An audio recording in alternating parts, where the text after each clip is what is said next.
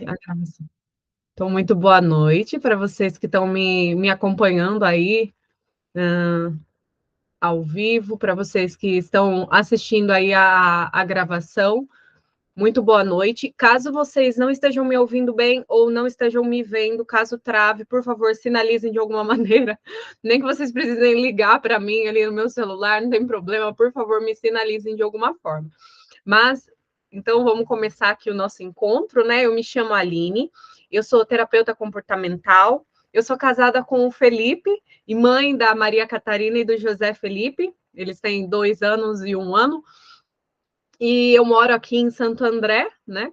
Estou aqui no estado de São Paulo, bem pertinho da capital hoje, mas eu sou natural do interior de São Paulo, né? Vocês vão ver que eu puxo um pouco, arrasto um pouco o meu R.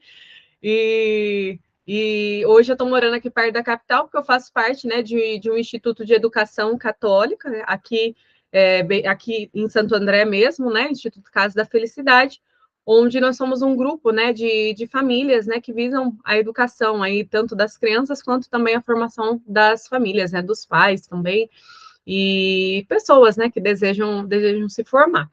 E para hoje, né, eu preparei aqui para vocês um encontro, né, para a gente conversar um pouquinho sobre essa comunicação efetiva, né, e eu vou compartilhar aqui com vocês a minha tela. Minha janela que está aqui, para já passar para vocês sobre o que a gente vai estar falando, tá? Então, a gente vai conversar sobre. Primeiro, eu quero dizer para quem é ou para quem não é essa aula, sobre os relacionamentos e a comunicação. Eu vou compartilhar um pouquinho com vocês sobre a minha história para vocês entenderem como que eu cheguei até aqui, né?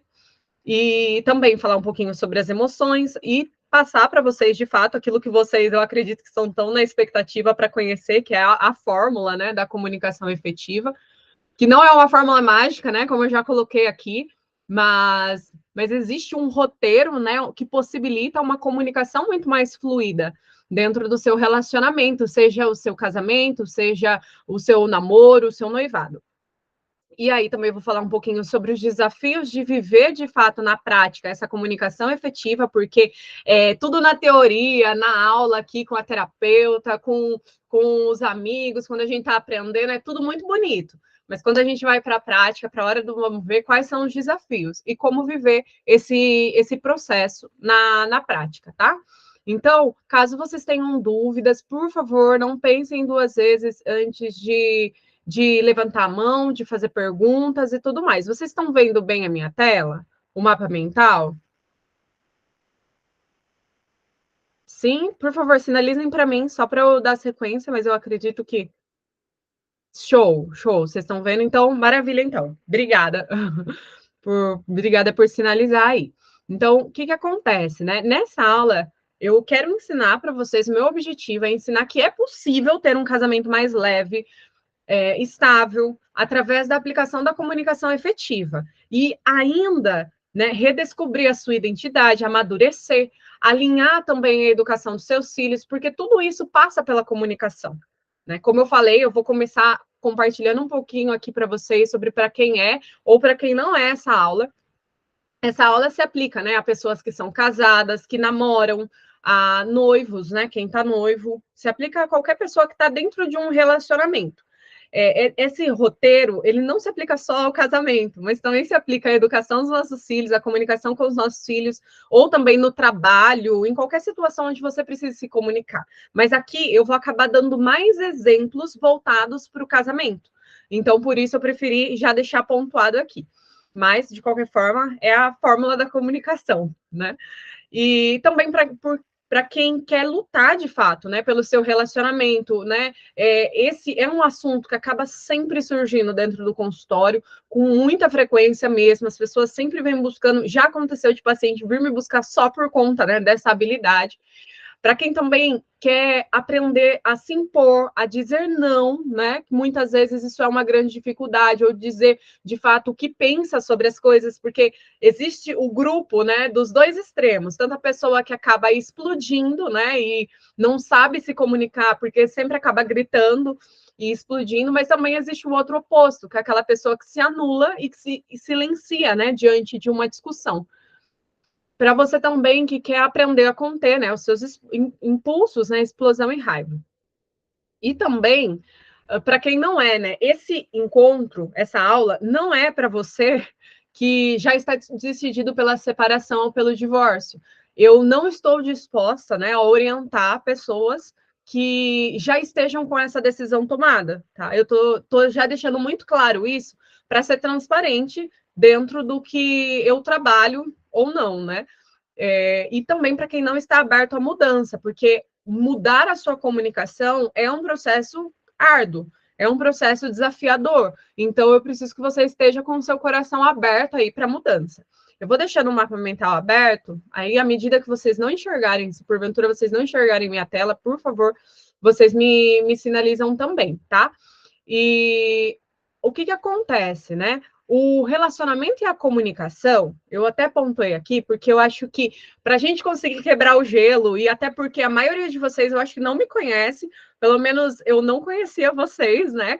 Eu acho importante, eu gosto muito de contar histórias, tá? Eu gosto, sinceramente, de coração, de contar histórias, né? E eu acho que assim a gente acaba se conectando muito mais, né? E a minha história com relacionamentos e comunicação, ela sempre, esses fatos, né, sempre estiveram presentes na minha vida e sempre marcaram muito a minha história, né? Desde pequena eu sempre fui aquela menina que amava me comunicar, que gostava, que falava demais, né? Eu gostava inclusive de atender telefone, né? Quando eu era pequena, então eu ficava do lado do telefone na casa da minha avó. Eu lembro que tinha uma extensão do telefone, quem é mais velho aí vai lembrar do telefone mesmo, um aparelho assim de telefone. Então, tinha uma extensão do telefone, que era o mesmo aparelho, né? E ficava no quarto da minha tia. E eu morava com os meus avós e eu ficava ali. Eu ficava ali do lado do telefone, sentadinha, esperando ele tocar. E como eu sempre tive essa voz mais forte, quer dizer, hoje é até adequada, né, para quem eu sou, mas quando eu era pequena eu já tinha uma voz muito forte. Então, lá com 6, 7 anos, as pessoas elogiavam muito a minha voz e eu gostava muito disso. Então, eu sempre gostei de falar muito, né? Mas, em contrapartida, o que acontece? Eu vivia num ambiente muito conturbado, né? O meu pai, ele era alcoólatra, a minha mãe, ela tinha depressão e crises muito intensas do transtorno psiquiátrico, né, pelo qual ela passava. Então, o ambiente, ele era de pouquíssima validação e comunicação, né? Ninguém informava a gente de nada, nem eu, nem os meus irmãos, né? A gente acabava só vendo as coisas acontecerem, né? Tanto que eu me lembro de um fato de que o meu pai, ele passava noites fora de casa, e isso me gerava uma ansiedade enorme, né? Uma expectativa muito grande. Eu lembro de uma vez que eu ouvi alguém bater na porta da minha casa, né? Era uma porta assim de madeira, e eu estava na sala ali, e eu ouvi alguém batendo na porta, e na hora que a pessoa abriu, a pessoa bateu e já foi abrindo. Eu chamei pai, né, naquela expectativa, mas na verdade era uma amiga da minha mãe que tinha intimidade com a gente, então ela tinha aberto, entrado pelo portão e bateu na porta e foi abrindo, né? Na hora eu fiquei super constrangida, mas esse é um dos pontos que me marcaram muito por conta dessa expectativa e essa ansiedade muito grande que eu tinha, né, do meu pai voltar para casa, coisa que muitas vezes não acontecia, né? A minha mãe, ela já não suportava mais aquela situação, e quando os meus pais, eles se divorciaram, eu estava com quase 8 anos. Ninguém falou com a gente, né? Ninguém explicou que ele não voltaria mais para nossa casa, ninguém explicou que estavam passando por um divórcio, né? E a gente simplesmente começou a frequentar a psicóloga do fórum, né? Entrevistas de fórum, que é o processo de divórcio que acontece, né? Em grande parte das famílias brasileiras. Eu costumo dizer que as pessoas, elas consideram as crianças como se fosse uma subcategoria humana, né? Ai, é criança, é coisa de criança, né? Deixa isso. E com isso, a criança vai entendendo, né? Nós vamos entendendo que tem que engolir mesmo, né? As nossas emoções, que a gente tem que se virar com elas, né? Eu fui entendendo isso, que eu tinha que me virar, né? Vai lá e se acalma sozinha, vai lá e se acalma, engole esse choro, sossega, né? Quantas vezes você pode ter também ouvido esse tipo de frase, né? Na sua história, que tanto, muitas vezes, invalida a gente, invalida as nossas emoções. E assim foi também quando meu padrasto veio morar com a gente, né? Um dia eu fui morar na casa de uma amiga, e quando eu voltei no dia seguinte, simplesmente o meu padrasto estava morando lá, simplesmente ele fazia parte da família, e ninguém me explicou nada sobre aquilo. Então, eu também não me atrevi a questionar, né? A casa funcionava desse jeito. E eu fui sempre aquela criança que não deu trabalho, que na escola, né, as reclamações em geral eram simplesmente que ela é uma excelente aluna, ela só fala demais. Era sempre essa, né, os comentários dentro das reuniões de pais na escola. Né? E daí, na adolescência, né, como eu pontuei para vocês, na adolescência eu tive uma amizade, né, que acabou eu resolvi me fechar cada vez mais com a minha família, com a minha mãe, e eu não falava mais o que eu sentia, eu só lembro que eu chorava muito sozinha, né, deitada ali na minha cama, e eu me lembro que eu dormia numa beliche, né, nós somos em 4 filhos, eu sou a segunda, e a única menina, né? E eu dividia quarto com 3 dos meus irmãos. Desculpa, com 2 dos meus irmãos. Um, que era o caçula, não dividia ainda nessa fase quarto com a gente. E eu dormia na parte de cima da beliche, eu ficava ali chorando, né? E eu tinha medo que a minha mãe morresse sem saber que eu amava ela, porque eu não conseguia dizer isso para ela. Eu não conseguia dizer para minha mãe que eu amava ela, e eu passei a ser aquela adolescente fechada e estúpida que não sabia se comunicar e não sabia comunicar o que realmente pensava, o que sentia. Então, a única coisa que eu fazia era ser extremamente estúpida com a minha mãe, ser extremamente, enfim, grosseira. E à noite eu chegava e ficava, eu chorava muito, quieta ali, engolindo também as lágrimas, engolindo o choro na minha cama. E é claro que é natural, né, dessa fase da adolescência que a gente quer abraçar uma causa, né? O adolescente, eu lembro do Fulton Sheen, né? Ele fala que o adolescente ele quer dar sangue, suor e lágrimas, né? Por uma causa, ele quer se entregar, ele quer fazer parte de um grupo, sentir pertença de algo e até desafiar os pais, né? E eu acabei me encontrando isso num grupo de jovens. E ali eu encontrei, né, um amigo que me acolheu como um pai, né? E até. Mas o que eu não sabia, né, que aquilo se tornaria um grande marco, né, na minha história afetiva, porque ele de fato acabou, né, ainda que fosse uma pessoa que ele me adotou como um pai, e realmente acabou suprindo, né, aquela ausência da figura masculina na minha vida por um tempo. O relacionamento logo começou a ficar abusivo, né, a ponto de eu ouvir, né, dele, né, que eu só estava na igreja por conta dele, porque ele estava ali me ajudando, né, que se não fosse ele, eu não seria nada, e eu realmente passei a acreditar nisso, né, de que era uma pessoa que eu dependia dela, tanto para viver quanto para fazer as minhas escolhas. Então, qualquer escolha, qualquer decisão que eu ia tomar, isso foi, né, desde os meus 14 anos, mas na época da faculdade mesmo, né, eu me lembro que um peso muito grande foi porque ele queria que eu fizesse faculdade durante o dia, eu queria fazer à noite para eu poder trabalhar durante o dia, e eu de fato escolhi por fazer à noite, mas isso me gerou um desconforto muito grande, porque eu não conseguia tomar decisões na minha vida de forma independente, né? Então eu gostava de ir aos lugares que ele gostava de ir. Eu fazia o que ele gostava de fazer. E eu me submetia a muita coisa para manter a boa relação. E eu acabava explodindo, né? E batendo o pé nas minhas opiniões, enfim.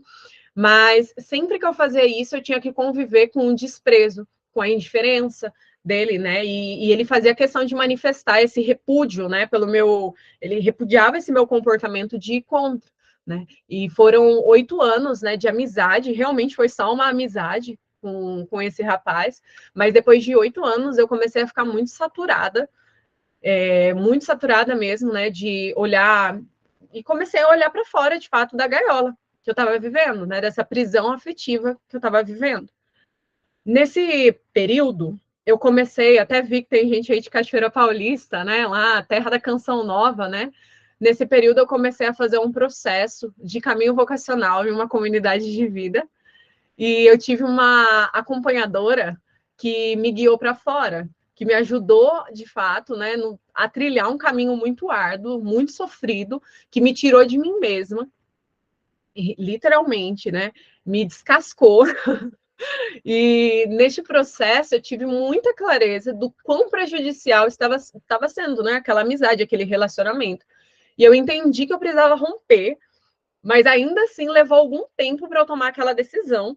né? Afinal, quem seria eu sem ele? O que eu ia fazer sem aquela pessoa na minha vida, né? Quem seria, de fato, eu? Quem era a minha identidade? Porque ele, né? E aí, enfim, a minha decisão já estava dentro de mim, eu já tinha tomado, mas eu ainda não tinha tido a coragem de tornar aquilo concreto na minha vida. E como ele gostava de fazer festa surpresa no meu aniversário, eu tive anos seguidos de festas surpresas no meu aniversário. E, de fato, assim, hoje eu olho para trás e vejo que não era uma pessoa perversa, não era uma pessoa que fazia aquilo na intenção, como um psicopata mesmo, para acabar se usando de mim, mas na verdade era alguém que estava tão perdido quanto eu, ou até mais, né, afetivamente também, emocionalmente, mas, enfim, né? Como era setembro, né, que é o mesmo meu aniversário, eu esperei passar a festa surpresa daquele ano. E assim, e aí sim, né, eu chamei ele para sair e conversar. Eu me lembro até hoje que a gente foi numa pizzaria e eu vivi ali a minha despedida. Nós conversamos, a gente deu risada, a gente comeu, e depois, quando a gente estava indo embora, eu parei o carro, eu estava dirigindo, né? Eu parei o carro na frente da matriz da minha cidade, e aí eu saquei do bolso a minha carta e li, né? E ali eu rompia um vínculo de 8 anos. E dali em diante, quando eu me desvinculei, eu já não sabia mais quem eu era, do que eu gostava de fazer. Enfim, eu tinha perdido de fato a minha identidade. Né? Eu deixei muitos relacionamentos que ele não aprovava, né? Eu deixei de me relacionar com muitas pessoas, então foi como se eu tivesse ficado sozinha, porque para me afastar dele, eu precisava me afastar de todo mundo que estava em torno dele também, né? Pelo menos por um período, até eu me restabelecer. Quando a gente vive um processo de dependência afetiva, é muito importante, né, esse afastamento, e por isso, assim, eu perdi a grande parte, né, dos meus amigos, que eram de fato amigos, se não todos mesmo. E até ali eu nunca tinha, né, namorado, porque nenhum pretendente também nunca era aprovado, né, ali pelo grupo. E eu comecei a viver, né, um período, assim, de descoberta, de laboratório de quem eu era, tá? De quem eu era. Eu comecei a testar, né? Eu fui fazer terapia para me ajustar no meu eixo. E eu tô colocando esse ponto aqui da terapia, porque lá na frente vocês vão entender quando eu voltar nesse assunto. Eu mudei de casa, né? Eu saí da casa dos meus avós e fui morar com os meus irmãos em outra casa. Eu passei a sair e até saía com a minha mãe, saía sozinha. Eu comecei a me testar, saía com novos amigos, comecei a construir novos relacionamentos, passei a frequentar ambientes diferentes, né? Eu descobri que eu não ligava para shopping, né? Que eu era indiferente a cinema, coisa que eu fazia com muita frequência, né? Todo mês a gente estava no cinema, a gente estava no shopping, quase toda semana. E a verdade era que era algo que ele gostava, né? Era algo que ele gostava e não eu. Então foi uma fase muito boa, muito bacana. E nessa busca, né, por me encontrar e construir novos relacionamentos, ajustar a minha vida, eu encontrei um rapaz após uma missa. E como teria um almoço depois dessa missa, era uma missa de inauguração, né, de uma não era inauguração, mas enfim, ia passar a ter adoração perpétua numa igreja, e como eles conseguiram, era uma missa de ação de graças por ter conseguido o aval do bispo para fazer a adoração perpétua. E aí, depois da missa, teria um almoço de confraternização e tudo mais. E eu peguei e puxei assunto com esse rapaz, que estava lá sozinho, eu estava sozinha também, eu fui na maior cara de pau nessa missa. E ele contou que ele era recém-convertido e que se converteu ao catolicismo, né, estudando. Ele tinha recebido os primeiros sacramentos, né, na Páscoa daquele ano. E ele estava buscando uma vida de oração séria, estava buscando uma nova paróquia, né, porque ele era novo ali na cidade. E ali eu vi a oportunidade de uma amizade, né? E não, eu não me interessei por esse rapaz, tá? Eu não fiquei interessada nesse sentido, né, por ele, num relacionamento aí de namoro, mas ele me contou que ele tinha um irmão, né? E que também era recém-convertido, como ele, e que eles receberam, né, os sacramentos juntos, né, naquele ano. Eles não tinham nem o batismo, e que o irmão dele não estava na missa, no almoço, porque tinha chegado tarde do trabalho no dia anterior, né? Era um sábado, né? E aí eu comecei a me aproximar dele. A gente passou a frequentar missas juntos, e eu na expectativa sempre de conhecer o irmão dele, né? que era mais velho que ele e tudo mais, né? Aí numa missa dominical a gente marcou, né, de ir no Mosteiro Beneditino, lá de Sorocaba. O irmão dele iria junto com a gente, mas ele não pôde ir porque ele ficou organizando os livros da biblioteca dele até tarde da noite, até madrugada da noite anterior. Então ele ia na missa à noite. A gente tinha ido na missa das 7 da manhã e ele não conseguiu ir junto. Então eu descobri que o rapaz era intelectual, né? Aí eu já fiquei mais interessada ainda. E aí o que aconteceu, né? A expectativa acabou sempre aumentando, né? E a gente marcou de ir juntos para a Basílica de Nossa Senhora do Rosário, né, em Caieiras. E nesse dia eu conheci o Felipe, né? E fomos, né, juntos, né, com um casal de compadres, né, que hoje são compadres nossos. Eles, né, os dois irmãos e eu no carro. E a conversa acabou ficando mais entre eles, né? Lá na Basílica, eu me lembro que eles acabavam sempre fugindo da gente e até me desprezou quando eu tentei puxar assunto com eles na livraria ali. E depois disso, né, por algum motivo, né, que só a Providência conhece, né, a gente começou a se aproximar, né, e vimos, né, que nós tínhamos muito, né, em comum e não só muito em comum em questão de características e de gostos, mas muito em comum nos objetivos, né, e valores e tudo mais. Então a gente começou a namorar, eu e o Felipe, no dia de Nossa Senhora do Rosário, né, dia 7 de outubro. E no início foi muito difícil para mim, pelo meu ciúmes, pela minha insegurança, né? Porque o Felipe ele tinha a história comum de qualquer recém-convertido, né? Com muitos relacionamentos, enfim. E eu tinha uma visão muito destruída da figura do homem. Então, juntou ali a fome com a vontade de comer, né? E as discussões eram inúmeras, né? Eu não aceitava também não ter razão. E já que no relacionamento anterior eu tinha me anulado muito e eu aceitei muita coisa por muito tempo, dessa vez eu não estava disposta a me calar para nada. Né? Por isso eu achei importante contar essa história antes de falar do meu casamento, né? Porque essa história anterior, dessa amizade que eu vivi, afetou muito, né, os meus relacionamentos futuros. Então eu não aceitava me calar para nada. E a gente se casou, né? E depois de casado, as coisas só pioravam, né? A gente esperava que não, depois que casar, leva um tempo e depois ajusta. Todo mundo falava isso pra gente. Não, depois de um tempo é questão de se ajustar. Depois de um tempo as coisas se ajustam. E a gente acabava encarando cada desafio de uma forma muito imatura, muito egoísta, e as discussões só aumentavam. Só aumentavam. A bagunça foi total, total.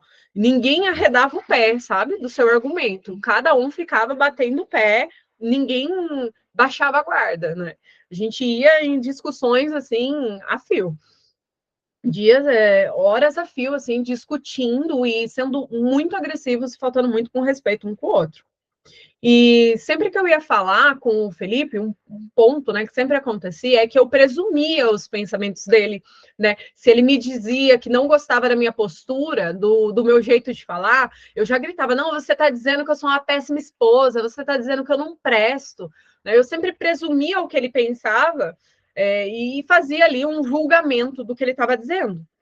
E um dos maiores motivos, né, da infelicidade num casamento, né, fazendo algumas pesquisas e tudo mais, e vendo até pesquisas, né, sobre relacionamento e sobre casamento, um dos maiores desafios hoje é a má comunicação, é a má comunicação.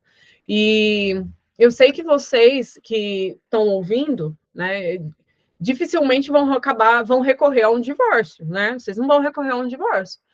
Ainda que isso muitas vezes passe pela cabeça, isso pode talvez passar pela sua cabeça, se você está vivendo uma situação onde você está só lutando para salvar o seu casamento, você pode até passar pela sua cabeça, mas eu sei que aqui eu estou falando com a grande maioria das pessoas são cristãs, são católicas, então querem de fato salvar o seu matrimônio. Mas ficar vivendo uma vida infeliz é muito difícil. É muito difícil. Né? Então, o que aconteceu, né, depois de todo esse transtorno, né, foi que através do Felipe, né, porque eu sempre jogava para ele, eu sempre falava para as pessoas de fora que ele precisava de ajuda, eu sempre falava para os outros, e como, de fato, né, eu sou uma pessoa que eu acabo muitas vezes persuadindo com mais facilidade, então as pessoas sempre achavam que ele precisava de ajuda, eu sempre mostrava que ele era o problema, né, eu sempre apontava para ele. E através desse buscar ajuda para ele, eu conheci a terapia comportamental dialética, né, que traz uma abordagem muito diferente, né? Não só voltada para entender as causas, né, mas que tem a intenção de ensinar novas habilidades, né, de forma muito prática. E isso foi uma grande virada de chave para mim. Mas virada de chave na cabeça não significa que a gente muda na prática. Né? Na prática, a teoria é outra, né? Então, virou de fato uma chave para mim eu ter contato com isso. Mas ainda assim, eu estava no processo. E foi um processo de treinar, de meditar muito, né? De meditar ali sobre a generosidade de fato que eu precisava ter. Eu me lembro que me marcou muito, né? Os jesuítas, né, a generosidade heróica ali de Santo Inácio de Loyola, porque o casamento ali é uma relação onde a generosidade precisa abundar, né? Sempre vai acontecer, e pode ser de fato que seja a sua realidade, de você ser uma pessoa mais madura que o seu cônjuge, que o seu companheiro, sua companheira, né, seu noivo, noiva, namorado, namorada, né, pode ser que você de fato seja uma pessoa mais madura. Então, nesses casos, a generosidade ela precisa abundar. Né? Então, foi um processo de eu me conhecer, conhecer as minhas limitações e conhecer também as limitações dele, né? Que me levou a entender como eu poderia mudar e que eu era capaz de mudar também, né? Porque tinha dificuldade de pensar, poxa, mas eu vou passar por mais um processo. E aí, né? Será que eu vou chegar no final ou não? E mudar minha comunicação com o Felipe foi fruto de aprender a regular e controlar as minhas emoções, né? De tolerar as emoções intensas, né? Sobreviver à raiva, à tristeza, porque o que me fazia não querer perder a razão, sempre bater o pé, é porque muitas vezes, principalmente no começo, quando eu entendi o que acontecia, mesmo assim, eu queria ter razão, ainda vinha na minha cabeça, não, Aline, se você se acalmar agora, vai ser melhor. Mas não, eu quero ter razão, né? Então, para eu aprender a conviver com essa raiva que eu sentia, com essa tristeza e controlar também essas emoções, foi também um processo, né? E sem me deixar também, né? Me dominar por essas emoções, ser capaz de viver o momento presente, sem me prender, né, ao passado, ao futuro, né? Superar a minha ansiedade e deixar de julgar as ações do Felipe, né? Isso, meu, foram pontos determinantes para mim, né? Antes eu sempre pressupunha tudo. Eu julgava que ele estava mais quieto, né? Eu olhava que ele estava mais quieto. Se ele estava mais bravo, né? Se ele dizia alguma coisa, eu já interpretava outra. Né? Eu olhava e falava, não, você não gosta de mim, você não. Enfim, eu já ia interpretando outra coisa totalmente diferente, porque o homem, ele de fato, né, funciona de uma maneira. A psicologia masculina e a psicologia feminina, falar sobre isso acaba dando uma outra aula, né? Só sobre psicologia masculina e feminina. Então, um dos pontos que acabou me gerando muita resistência a aceitar ajuda foi aquela experiência anterior que eu contei para vocês, né? Que eu com a terapia, né? Que foi um processo de 2 anos que sim me ajudou muito, mas como a abordagem ela era muito subjetiva, né? Ela era muito subjetiva, não tinha um método tão prático. Isso me deixava muito perdida. Então, o que acontecia era, ainda que não fosse uma abordagem de psicanalítica, acontecia muito da gente ficar focado em olhar para o passado e entender as causas, né? Então, eu me lembro, eu era uma pessoa muito ansiosa, sofria muito com ansiedade, e a gente passava sessões e sessões falando sobre as causas da minha ansiedade. Aí chegou um ponto que eu falei, tá bom, entendi a causa da minha ansiedade, mas e aí? O que eu faço com ela? Porque entender a causa aliviou muita coisa, foi libertador, mas não resolveu o problema da minha ansiedade. Conhecer ali a minha história e tudo mais, não resolveu o problema com a minha ansiedade. E quando a gente fala de emoções, as coisas ficam muito subjetivas, né? E principalmente quando a maioria aqui são mulheres, então a coisa fica muito subjetiva, né? A mulher ela tende a confundir muito as coisas, né? Ela olha o fato, né? O copo que quebra, vamos dar um exemplo aqui do copo que quebra. Eu gosto muito desse exemplo que todo mundo tem em casa, né? Quebrou o copo, você fala, nossa, meu Deus, eu não presto para nada, eu sou muito desastrada. Foi só um copo que quebrou. Às vezes era um copo de requeijão, que você vai no mercado, compra outro por 7, 8 reais e tá tudo certo, né? Então, eu nunca sabia, né, onde eu estava acertando ou não com essa abordagem, né, terapêutica. Como ela era muito subjetiva, eu acabava nunca tendo métrica para entender o quanto eu estava crescendo ou não. Então, encontrar um método, né, para trilhar o caminho acabou me dando mais segurança para o que eu tinha que fazer, né? E por isso agora a gente vai para a prática, né, para comunicação. Eu até passei aqui, acabei passando, né, pela parte das emoções e, enfim, emoções, e aí a gente agora vai para a prática, de fato, né, do quanto é importante, queria expressar isso para vocês, o quanto é importante a gente ter um método, ter um caminho a se seguir, né. Então, a fórmula tá aqui, o começo dela, e aí o que acontece? Ela é baseada, primeiro, né, em quatro pilares, né, que é o descrever, expressar, ser assertivo, né, a assertividade e o reforçar. Esse roteiro, ele acaba se parecendo um pouco com... Já me fizeram a pergunta se tem a ver com comunicação não violenta, né? Mas tem a ver, tem coisas em comum, mas é diferente, né? A comunicação não violenta, ele acaba... Eu não entendo muito sobre, não sou a pessoa mais estudada sobre isso, mas ele acaba tendo muito em vista o outro, né? O que o outro que está comunicando de forma violenta, ele sempre tem uma outra... Enfim, é essa leitura do outro, né, que está comunicando. Aqui a gente não tem tanto esse olhar, o objetivo é, de fato, ser efetivo, tá? O que é ser efetivo? É eu conseguir ter um fruto concreto. Muitas vezes, o que nós mulheres queremos, né, principalmente as mulheres, ou até os homens também, mas, em geral, as mulheres fazem isso com um pouquinho mais de frequência, é de querer desabafar. Às vezes você quer desabafar e falar, e falar, e falar, e tá tudo bem, faz parte, não tem problema. Mas quando você for ter uma comunicação onde você precisa de um resultado, esse roteiro vai acabar te ajudando muito mais. Você precisa ter um combinado, você precisa alinhar um ponto sobre a educação dos seus filhos, sobre o seu casamento mesmo, sobre a forma que o seu marido te trata, ou sobre o auxílio dele dentro da casa, sobre a vida financeira, seja lá o que for. Esse formato de comunicação vai te ajudar muito. Quando você quiser desabafar, não tem problema. Você pode chegar e falar: olha, hoje eu quero desabafar, só me deixa falar, não precisa falar nada, tá tudo certo. Mas tem a maioria dos momentos a gente acaba precisando, né, conversar ali sobre pontos que tomar decisões de fato, né, no nosso dia a dia. Então, o que acontece? No descreva, o foco é se ater aos fatos, é descrever a situação, tá? Descrever a presente situação. É se necessário, né? Tem situações, você vai pedir um copo d'água, você não precisa descrever o fato, né? Eu estou aqui, eu passei 12 horas sem beber água, sem me hidratar, e eu estou com sede.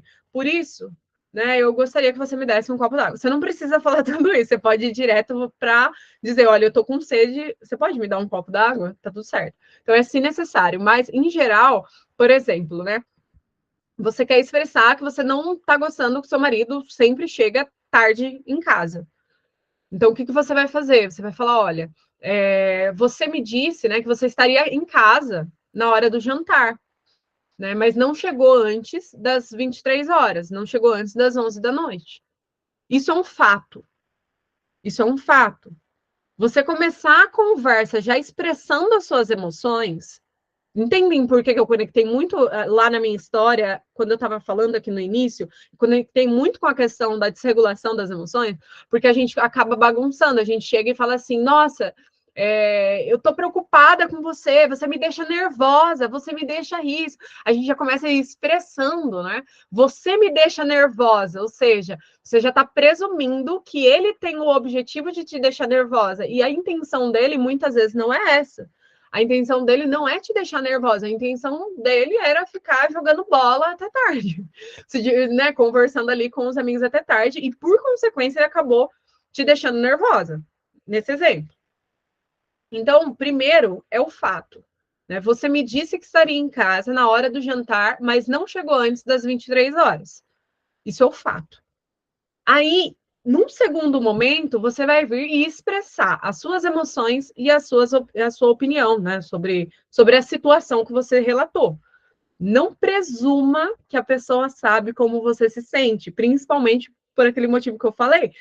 quando a gente está tratando de um casal, homem e mulher, a forma como nós interpretamos a realidade é muito diferente da forma que um homem interpreta a realidade. E tá tudo bem, né? Nós somos totalmente diferentes e isso nos faz complementares, né? Isso a gente vê muito isso nas figuras parentais ali, né? Em quem são, como é a figura materna, a figura paterna. São completamente opostos, mas são completamente complementares, né? São totalmente complementares. Então tá tudo bem. Então, nesse segundo momento, você vai poder expressar. Então, você vai dizer, quando você chega em casa tarde, eu começo a me preocupar com você. Você pode usar palavras como eu quero, né? Em vez de usar você deveria, né? O você deveria, ele já entra um julgamento que você está fazendo. Não, mas você deveria, né? Nós não sabemos o que deve ou não acontecer. A gente tende a sentar no trono e querer coordenar a vida toda e sentar e falar, não, porque as coisas não deveriam ser assim, as coisas não deveriam ser assado. Não, nós não somos senhores do tempo, senhores da vida e da morte para dizer como as coisas deveriam ou não ser. Então, é importante que você use palavras, né, expressões aqui como eu quero, eu gostaria que você me avisasse, eu quero que você me avise, ou eu não quero, né, no caso de você dizer que não quer algo, né. No terceiro ponto, na terceira etapa, vocês estão me acompanhando? Olha, eu espero que sim, que... Na terceira etapa, a gente vai ser muito assertivo, né? Entra a assertividade. Seja assertivo pedindo o que você quer ou dizendo não ao que você não quer claramente.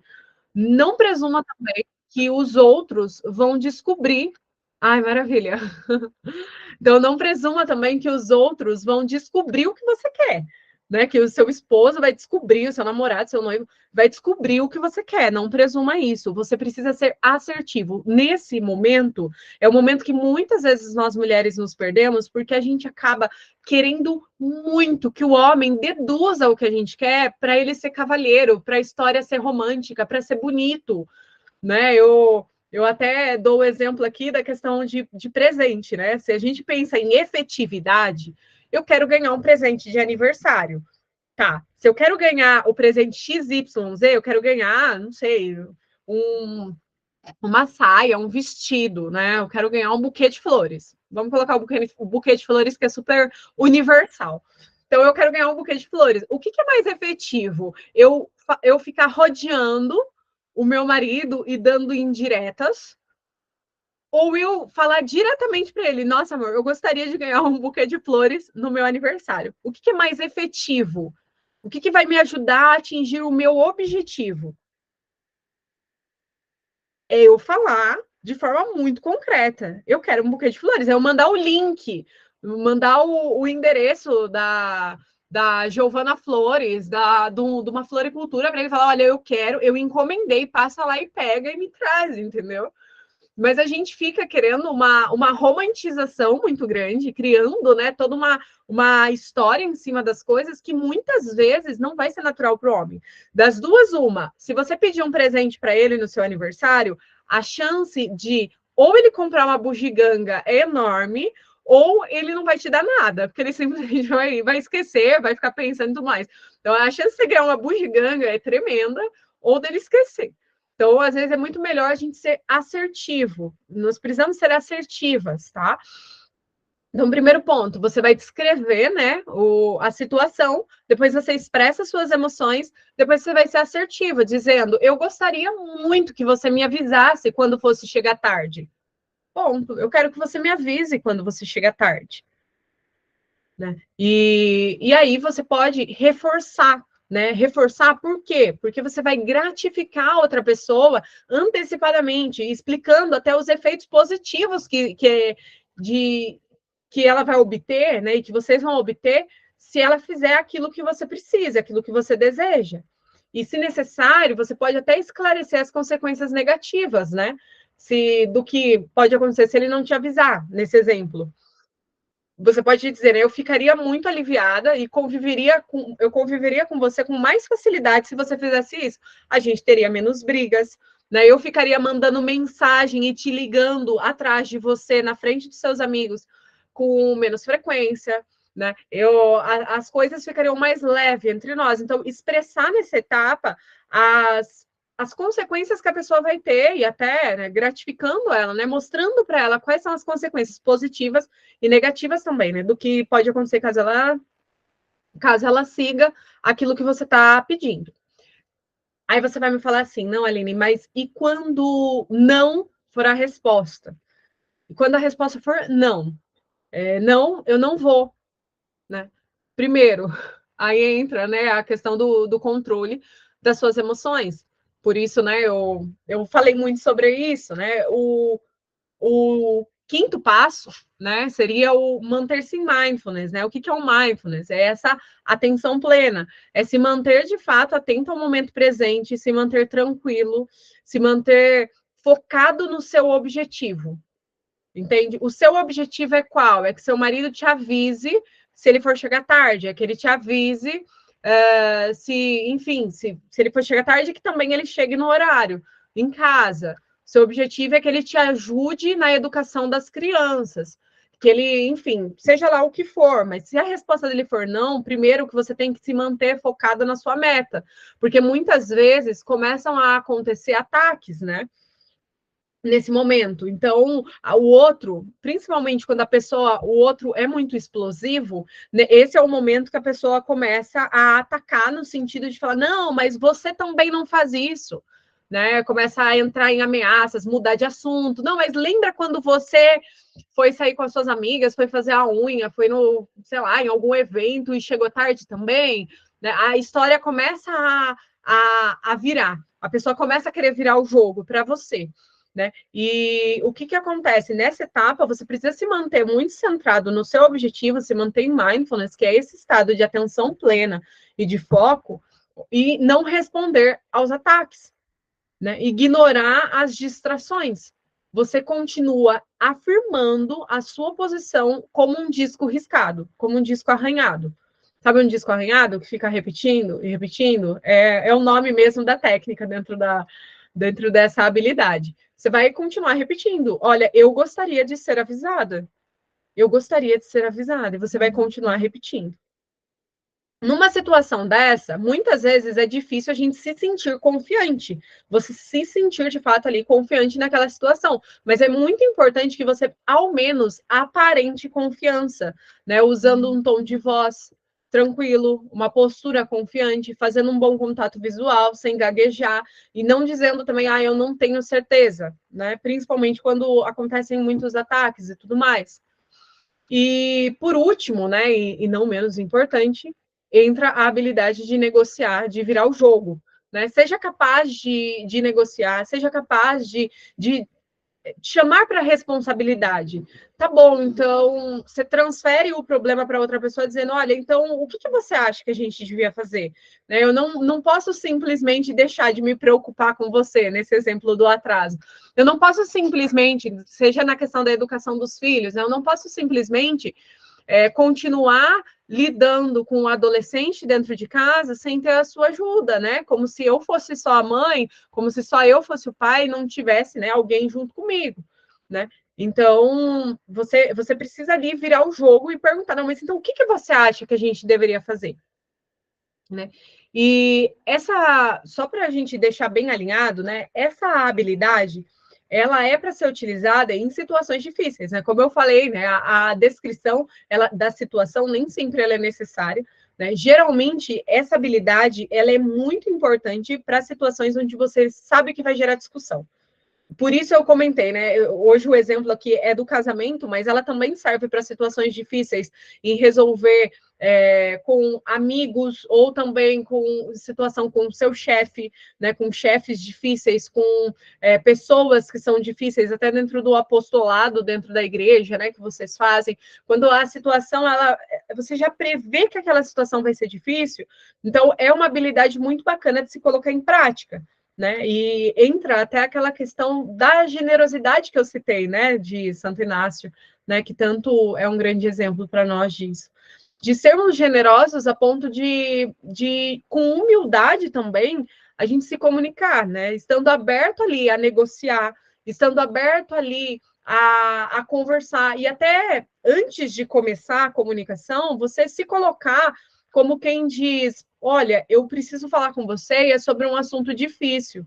Só de você chegar e falar dessa maneira para a pessoa ela já vai baixar a guarda, falar, olha, eu tenho uma coisa para falar para você, é uma coisa que eu até oriento no consultório, né, para as pessoas que eu atendo em geral, são mulheres, né, que me buscam para ter contato, né, com essas dificuldades de comunicação, geralmente, e eu falo, olha, fala, seja sincera. Na primeira vez que você vai fazer uma comunicação efetiva, acontece de você ficar muito nervosa, porque é um roteiro tão enrijecido, se você se apegar muito a ele, que você fica assim, travada. Eu falo, seja sincera, fala, olha, eu estou tentando melhorar a comunicação no nosso casamento, então eu assisti uma aula e eu quero melhorar as coisas. Então, tem como a gente conversar? E aí você começa o passo a passo da comunicação. Só do fato de você se colocar como humilde ali diante dessa situação, se dobrar de uma certa maneira, isso gera empatia no outro. Porque, em geral, você se colocar dessa maneira desperta mesmo, né? Neurologicamente falando, isso é comprovado, que desperta no outro essa empatia, tá? Então, isso com certeza vai facilitar a comunicação. Então, ela é para ser usada muito em situações que são difíceis. Não se prenda ao roteiro, tá? Não se prenda ao roteiro. Mas o que acontece? Assim como na vida de oração, o que fala, né? Lá no... Quando a gente vai estudar as moradas, né, de Santa Teresa, os graus de oração, né, do padre Antônio Roio Marinho, eu lembro que está escrito bem claramente, o padre Antônio Roio Marinho, ele fala assim, olha, o método que ele sugere alguns métodos, né, de meditação, e ele fala assim, olha, esse método de meditação, ele não é para te enrijecer, mas para quem está no começo da vida de oração, para quem está iniciando, é muito importante o quê? É muito importante você se ater ao método, entende? Porque no começo a gente tá ainda, como quando você está aprendendo a andar de bicicleta, você precisa se ater àquele roteiro que tem que ser seguido. Tudo que você aprende na vida, no começo, você tem que se ater ao roteiro. Mas à medida, né, o padre Antônio Rui Marim fala isso, que à medida que você vai crescendo na vida espiritual, você vai perceber naturalmente que você já não precisa mais daquele método, de seguir de uma forma tão rígida aquele método. Assim também é a comunicação. Né? Você vai perceber que você já não precisa mais seguir de uma forma super rígida, mas no começo, talvez você precise. E tá tudo bem. Tá tudo bem. Né? Ter até isso escrito, né? Eu oriento isso para algumas pacientes. Eu falo: olha, tá muito insegura, não tem problema, leve por escrito. Né? Eu estou aqui falando com vocês, e mesmo que eu esteja falando de algo que para mim é tão natural, eu estou com um roteiro aqui na minha frente, conversando com vocês, né? Por quê? Porque isso me dá mais segurança, faz com que eu não me perca no que eu tenho que falar. Então, você até levar anotado, isso demonstra, dá um sinal, né, de humildade. Isso é muito bom. Então, o que acontece, né? Dentro de tudo isso, né, você vai ver que a dificuldade na comunicação, muitas vezes, não é aprender o roteiro. Na maioria das vezes, não é aprender o roteiro, porque você pode decorar esse roteiro aqui e aplicar em tudo na sua vida. Ele é até perigoso, porque às vezes a gente consegue se comunicar tão bem, de forma tão persuasiva com ele, que você pode até usar para maldade, para manipulação. E esse não é o objetivo, essa não é a finalidade, tá? Mas a verdadeira dificuldade da comunicação é entender o que você sente, né? Descrever os fatos sem tratar fatos como emoções. Como eu falei, né, lá na minha história, eu sempre acabava julgando o Felipe, né? Ah, você disse que não gosta da minha comida, né? Você disse que eu não consigo fazer nada. Quando, na verdade, ele só tinha dito que o arroz estava queimado. Então, ele não gosta nem do fundinho do arroz marronzinho, assim, ele não gosta. Então, ele disse que o arroz não estava bom. Eu falo, não, você falou que não gosta da minha comida. Ele não falou que não gosta da minha comida. Ele disse que o arroz não estava legal, entende? Ou quando eu deixava de fazer alguma tarefa, ele falou, não, você falou que eu não consigo fazer nada. Na verdade, ele só tinha dito, pontuado, que tal coisa não estava legal dentro da casa e tudo mais. Muitas vezes a gente acaba pensando que a dificuldade está na comunicação, mas a verdade é que a comunicação ela é o final. ela é uma construção de todos os outros passos que eu fui falando aqui com vocês, né? O que antecede é eu perceber o que a pessoa fez de uma maneira não julgadora, é eu perceber as consequências disso, quais emoções eu estou sentindo, saber descrever as emoções. Gente, isso é libertador. Às vezes você fala, nossa, eu estou triste. Não é tristeza que eu estou sentindo, eu estou triste, eu estou frustrada com outra situação e eu estou descontando aqui na minha casa, com o meu marido e com os meus filhos. Né? E não reagir aos impulsos de falar um monte na cara da pessoa. O desafio real é esse. Né? Não querer sair, perdão da expressão, mas não querer sair vomitando um monte de coisa na cara do seu marido. Ou não simplesmente reprimir, me anular diante da situação. Esse é o verdadeiro desafio. Mas tirar um tempo, me acalmar, refletir sobre a situação para ver o que eu estou interpretando, separar, né? O que eu estou interpretando do que a pessoa quis dizer, para daí sim eu fazer um roteiro e me comunicar com a pessoa. Você percebe que a comunicação é só a ponta do iceberg? É só o final? Vocês conseguem perceber isso? A comunicação, ela é só a cereja do bolo, entende? É só a cereja do bolo.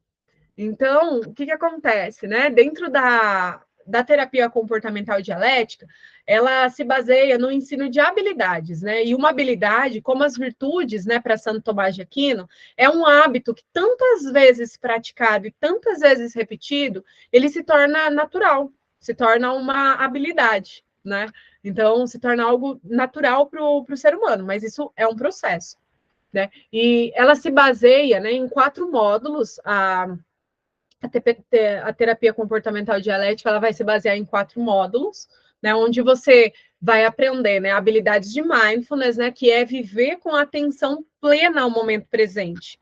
É ser capaz de olhar para o presente sem ficar trazendo pensamentos do passado, culpas do que você fez no passado, culpas. Gente, eu sei que sentir culpa é um fator, assim, que é uma emoção terrível de se conviver, né? Então, você não saber lidar com isso, não saber viver o momento presente é algo que afeta muito a sua relação com você mesmo e com o outro, né? Outro módulo, ele é de regulação emocional, né? Que é controlar suas emoções, para que elas não dominem as suas decisões, para que elas não dominem a forma que você se comporta. As suas emoções não são você. E pode parecer meio bobo isso que eu estou dizendo, mas não é evidente para todo mundo. Na verdade, para a maioria das pessoas. Tem um exercício que a gente faz em relação a desvincular, dissociar as emoções de nós mesmos, que é se imaginar com os pés afundados dentro da areia, fechar os olhos e imaginar de fato aquelas ondas vindo e voltando para o mar, vindo e voltando, porque elas são como as emoções. Você pode se permitir levar pelas ondas, ou você pode manter os seus pés fincados na areia e deixar que a emoção venha e vá, sem alterar quem você é, sem alterar o seu estado, né, de espírito, sem alterar as suas decisões. Né? Isso é muito arriscado. Você se permitir ser deixado levar por essa onda. Você não é suas emoções. Isso pode parecer meio bobo, mas é algo que as pessoas costumam ter muita dificuldade de dissociar. A tolerância, o outro módulo, ele é de tolerância ao mal-estar, né? Que é essa capacidade de sobreviver a situações de crise. Quando eu falo crise aqui, eu não estou dizendo crise de um transtorno psiquiátrico, mas uma crise emocional, né? Um momento de emoção muito intenso, um momento de raiva muito intenso. Você ser capaz de passar por essa situação de raiva intensa, de tristeza intensa, de culpa intensa, e não piorar ela. Porque na maioria das vezes, quando a gente está com muita raiva, a gente acaba soltando tudo isso no outro. Quando a gente está com muita tristeza, a gente acaba piorando a situação, e culpa também, né? Girando em torno dos nossos pensamentos, e a gente só vai piorando, só vai piorando. E também o outro módulo de habilidade de relacionamento interpessoal, né? Para construir e cultivar relacionamentos e até romper, né? Aqueles que te prejudicam, né? Se for o caso. E essa habilidade, né, de comunicação efetiva está dentro desse módulo, na verdade, né? Ela é só uma habilidade dentro do módulo de relacionamento, né, e efetividade interpessoal, né? Aqui você, dentro, né, da terapia comportamental dialética, você trilha, né, uma jornada de autoconhecimento, de amadurecimento, né, de encontro com a sua própria identidade, que muitas vezes a gente acaba se perdendo, né? A mulher, ela tende a cuidar de todo mundo, ela cuida de todo mundo, menos dela mesma. Quando a ordem, né, ela vai lá e cuida dos filhos, ela cuida do marido, ela cuida, aí ela vai talvez pensar na vida espiritual nela mesma, e aí depois, ou a vida espiritual e ela mesma fica em quarto, né? Disputam ali. Quando a verdade é que a ordem correta das coisas seria a gente cuidar primeiro da nossa vida espiritual, primeiro do nosso relacionamento com Deus, depois de nós mesmas, depois do nosso marido e depois dos nossos filhos, né? Mas as coisas acabam ficando tão invertidas que a gente perde a nossa identidade. A gente acaba se perdendo no fazer para o outro, e a gente já não sabe mais do que a gente gosta, quem nós somos, porque a gente está sempre se doando pelo outro. Mesmo que você não esteja num relacionamento de dependência afetiva, como eu falei para vocês da minha história, né? Nós nos perdemos muito fazendo pelo outro e esquecendo de nós mesmos, sendo que ninguém dá aquilo que não tem. E aí também, né, tudo isso tem como objetivo, né, colher, sim, como fruto uma comunicação efetiva, né? Uma comunicação clara, né? Uma vida mais leve, um casamento mais leve, a educar os filhos com mais tranquilidade, com menos violência, que eu sei que muitas vezes a culpa que as mães carregam é esse fato de não conseguir conter a sua raiva e ter paciência com os filhos, né? É claro que a fórmula que eu ensinei, que não é mágica, né? Como eu falei, ela funciona, né? Mas se você é muito impulsiva, vive nos extremos, né? Da impulsividade, ou até se anula com facilidade, isso talvez não seja o suficiente, porque quando você for se comunicar e tiver até ataques, você não vai conseguir resistir e vai começar a se entregar e explodir. Ou se você se anula com facilidade, muitas vezes vai acontecer de você silenciar e não ter nem coragem, às vezes, de comunicar aquilo que você quer. Você precisa fortalecer outras questões antes de pensar nisso. E quando você tentar ali se comunicar, não vai funcionar. Né? E quando isso acontecer de não funcionar, eu quero que você lembre de mim. Né? Lembre de mim, né? de eu falando para você que existe um caminho, né? que eu posso te orientar nesse caminho. Lembre-se disso, tá? Então, para falar um pouquinho mais, né, para aquelas pessoas que têm interesse em conhecer um pouco mais do meu trabalho, né? Eu trabalho com uma terapia individual e online, né? São encontros semanais com duração de 1 hora. O material de apoio, ele é entregue. Isso é a parte mais legal, tá? Lembra que eu falei que a terapia, o processo de terapia que eu passei era muito subjetivo. Então, aqui dentro da terapia comportamental dialética, nós temos material de apoio, nós temos fichas de tarefas para que você faça, e áudios, né, com meditações, né, para te ajudar a regular as emoções e te ajudar na prática da atenção plena também. Acompanhamento e direcionamento, né? Nós temos aqui um método, uma metodologia, e isso traz uma paz tremenda. Pelo menos para o meu coração isso trouxe. Existe um caminho a se trilhar, né? Aí você pode falar assim, não, Aline, mas eu já tentei de tudo, né? Você quer dizer que esse é um processo que eu vou iniciar e eu vou ter resultado, né? Eu vou me sentir super motivada e mudar de verdade o meu relacionamento, quem eu sou e tudo mais. Eu gostaria de te dizer que existe fórmula mágica, que existe uma pílula para te dar, mas não, né? Eu não vou mentir para vocês, eu não tenho por que fazer isso, né? Você pode querer sim desistir de um processo, né? Mas o fato é que com esse formato, né, da terapia comportamental dialética, como ele envolve tarefas e uma condução mais ativa do terapeuta do que muitas vezes, né, se vê hoje por aí, né, de você fala e não tem uma orientação muito precisa do terapeuta, então a motivação ela acaba sendo maior, né? Existe um acompanhamento. E você não vai ficar buscando conteúdo solto de forma aleatória, mas vai ter direcionamento no processo, né? E só por ter clareza do caminho a se seguir, você já fica mais motivada. Você já acaba ficando mais motivado. Em relação a. Então, deixa eu só abrir aqui, né? Eu acabei vendo agora que eu acabei não abrindo. Então, são em sessões semanais, né? Só para relembrar aqui, né? São sessões semanais, material de apoio, que ele vai em PDF e também em áudio, né? Que os áudios geralmente eles vão hospedados lá no YouTube, né? Eu coloco e vou compartilhando. não são áudios abertos, assim, mas que eu envio o link para vocês conseguirem acessar.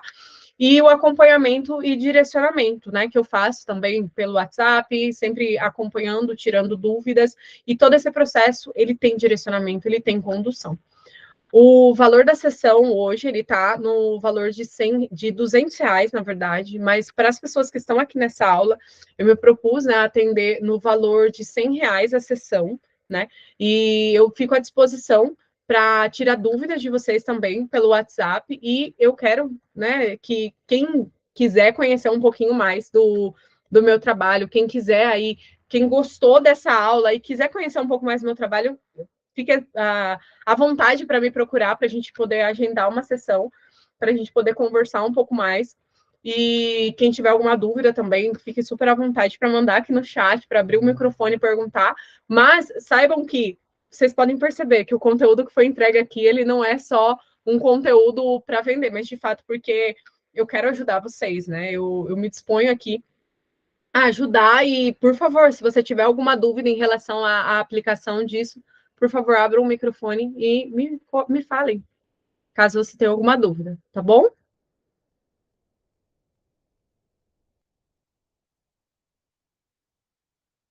Bom, eu tô vendo que no chat aqui pelo menos não tem nenhum comentário, nenhuma dúvida. Alguém quer comentar algo? Eu vou até fechar aqui a gravação.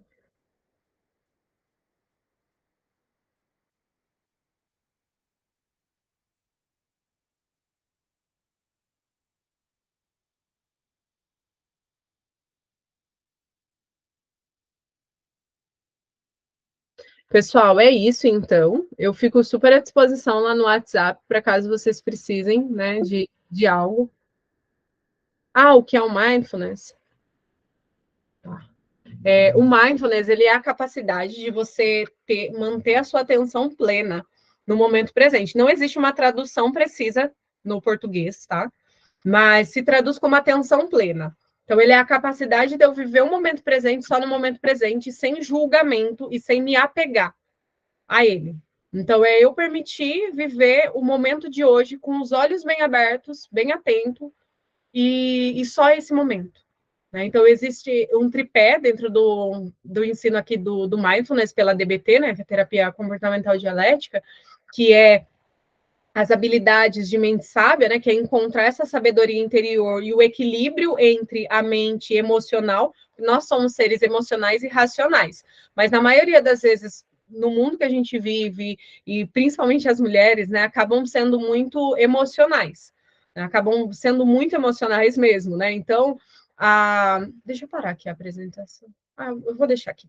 Então, a gente tende a ir muito para o lado emocional e pouco para o lado racional. Então, e muitas vezes a gente também só vai para o racional. Enfim, o mindfulness é onde a gente vai encontrar esse centro, estar centrado, de fato, para conseguir tomar decisões, para conseguir observar a realidade como ela é, sem julgar, como eu falei do copo que quebra. Quando você vai descrever um copo que, nossa, eu sou um desastre e tudo mais. Quando a gente olha para a realidade como ela é, foi um copo que quebrou. Então, eu ser capaz de observar a realidade, de descrever a realidade como ela e de participar dessa realidade simplesmente como ela é uma habilidade de mindfulness, tá? E também sem me apegar, né? Porque muitas vezes a gente fica vivendo hoje pensando no passado, vivendo hoje com ansiedade pelo futuro, né? São as duas fontes de ansiedade. Ou você está muito preocupada com o que passou, ou você está muito preocupada com o que há de vir, né? Então, quando você vive esse estado de mindfulness, ele é o fundamento, né, para a construção do alicerce, para o alicerce, né? É o alicerce para a construção do edifício dentro da DBT, porque você precisa saber encontrar esse estado de atenção plena para conseguir desenvolver as outras habilidades. Ficou claro?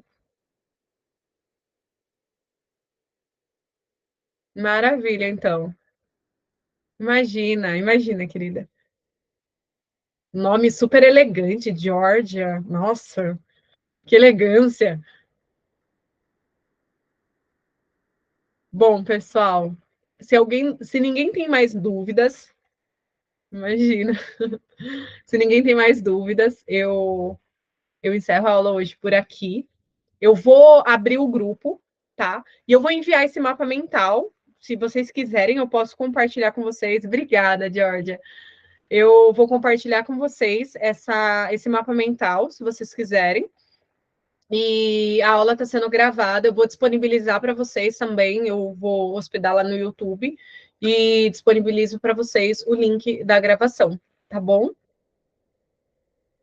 Muito obrigada aí pela participação, principalmente vocês que ficaram aqui comigo até o final.